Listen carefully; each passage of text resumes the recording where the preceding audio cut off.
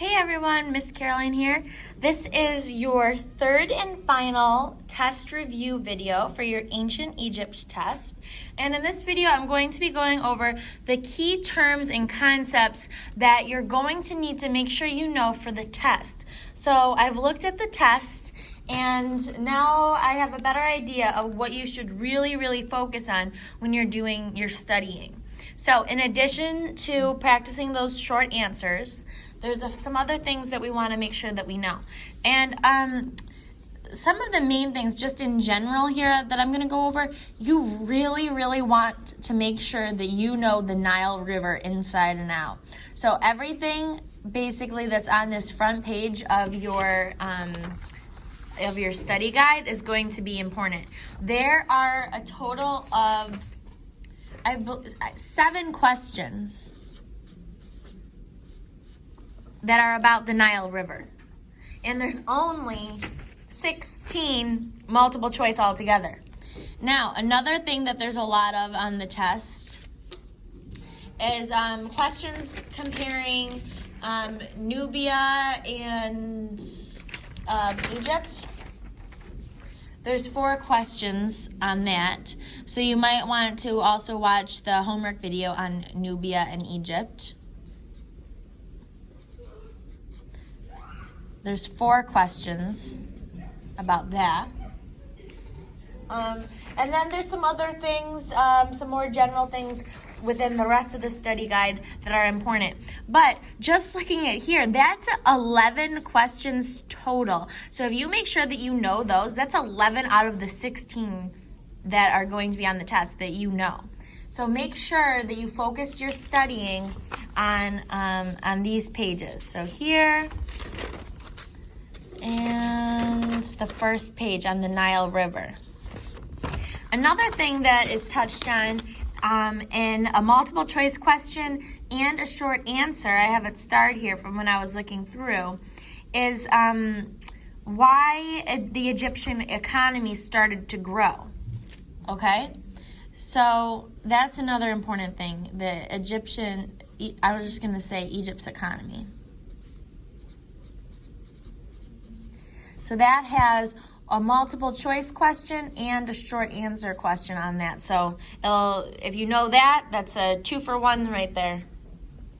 So I'm going to start at the beginning and go through, and in this video I'm going to focus on these 3 things because they're in the test so much. So we really want to focus on the Nile River, Nubia and Egypt comparisons, and Egypt's economy and why it grew during this time. All right. So I'm going to go back into this study guide and we're going to review this page, and I'm also going to return to my picture that I drew in one of the homework videos that I showed you again in the part 1 video. All right, so the Nile River is the longest river in the world. Longest river in the world. So that's really important. It extends more than 4,000 miles in length.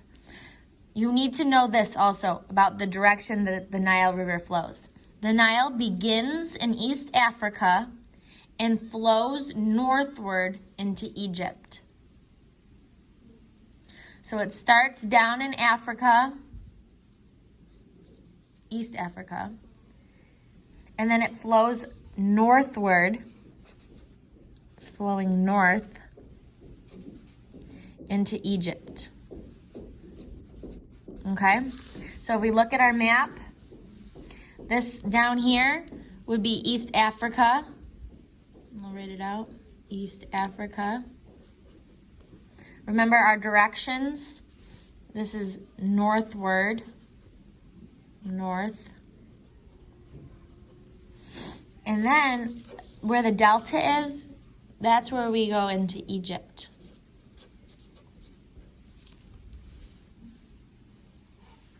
And again, I strongly advise you to return to your social studies vocabulary packet that I gave at the beginning of the unit to review these terms. All right, so the Nile River was really important to the people of Egypt.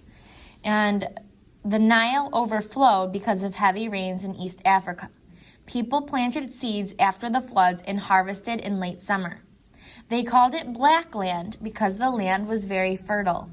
Without the Nile, people would not have been able to grow crops and get water to survive. Okay, so they used the water from the Nile. They used the Nile to grow crops. They used it to get water to drink and to give to their animals. And they used it for transporting goods.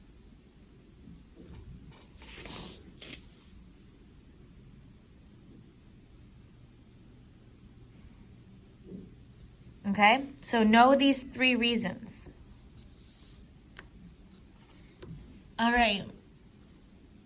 So because it would overflow, remember we talked a lot about how it was good in a lot of ways because then they were able to grow their crops. They used it for water to drink, and they traveled down the Nile in boats to transport goods. Those were all good things about the Nile. But sometimes when the Nile overflowed, it flooded too much, and it would kill people. It would damage their houses, destroy their crops. So sometimes it was bad. And because of that, the Egyptians needed to investigate why the Nile flooded in different ways from year to year. The Egyptians built irrigation canals to water their crops. The Egyptians were polytheistic or believed in many gods. The Egyptians used a calendar to keep track of the number of days between flooding cycles. So they needed to figure it out so that their crops and their homes wouldn't be destroyed and they wouldn't die. And they used a calendar to figure that out. And by using that calendar, they figured out that it would flood between May and September. You need to know the season of when it floods. Irrigation canals and the calendar helped the Egyptians use the floods to help them water their crops. So a lot of questions on the Nile, so make sure you know this stuff really well. All right, I'm going to review a couple things here. So Upper and Lower Egypt each had their own king. The 2 kingdoms eventually unified or united into one country.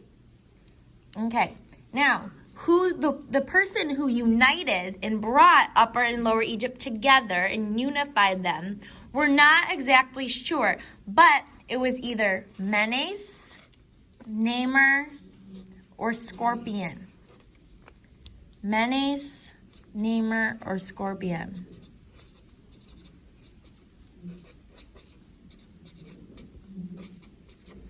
Know that these 3 people were the ones that may have united the Upper and Lower Egypt into one country. You should know that the Egyptians, their writing was hieroglyphics. And when the Rosetta Stone was discovered and decoded, we were able to figure out what those hieroglyphics said.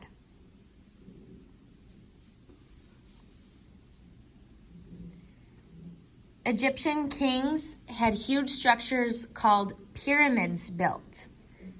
Oh, this is also important. Let me see how many questions are about the pyramids.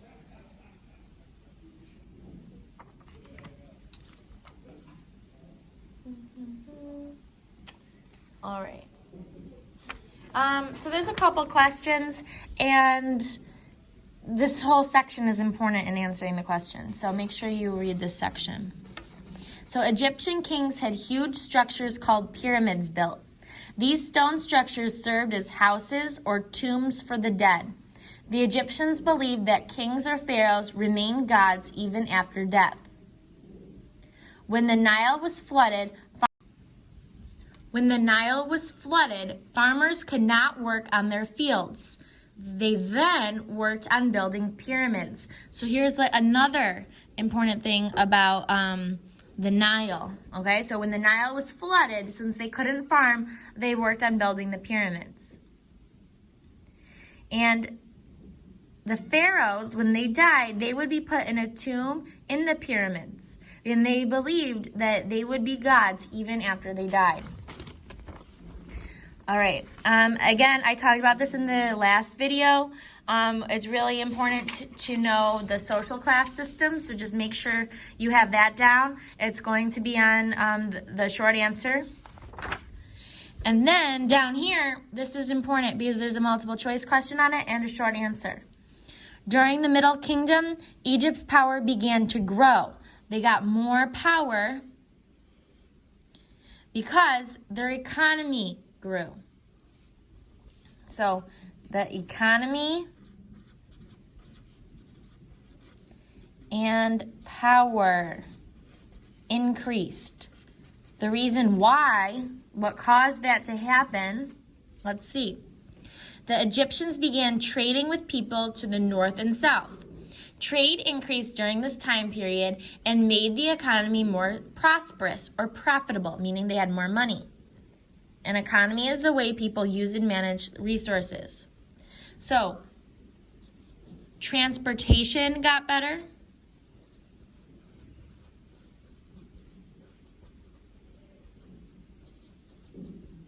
Since they could travel more, and it was easier to travel, they could go on the Nile and go north or south so that they could trade with other people. If they're trading, they're getting new things and they're sharing more things. So, more trade.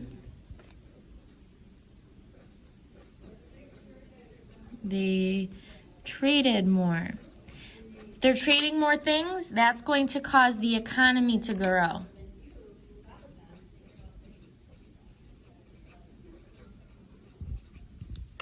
And then that is going to cause Egypt's power to increase. Egypt's power increased. Okay?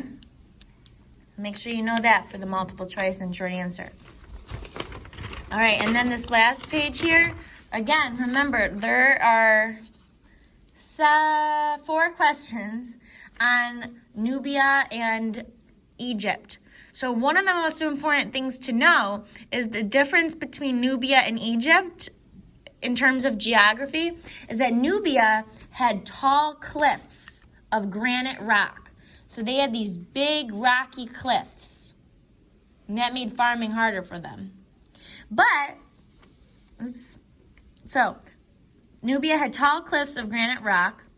That made farming a little bit harder, but the Egyptians wanted their granite rock because they could use them to build pyramids. So down here it says, the Egyptians invaded Nubia looking for resources. They cut blocks of granite from Nubia's cliffs to use to build their pyramids.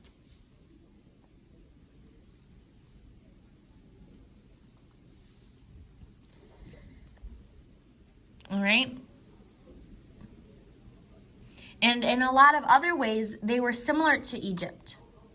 So even though they had their own culture, they shared some culture with the Egyptians.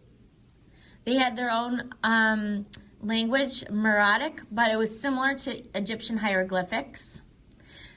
They both believed in many gods. They even worshipped some of the Egyptian gods, and they believed in the afterlife. And they also built pyramids, even though they were smaller. So this is important to know, too, for the comparison, that section.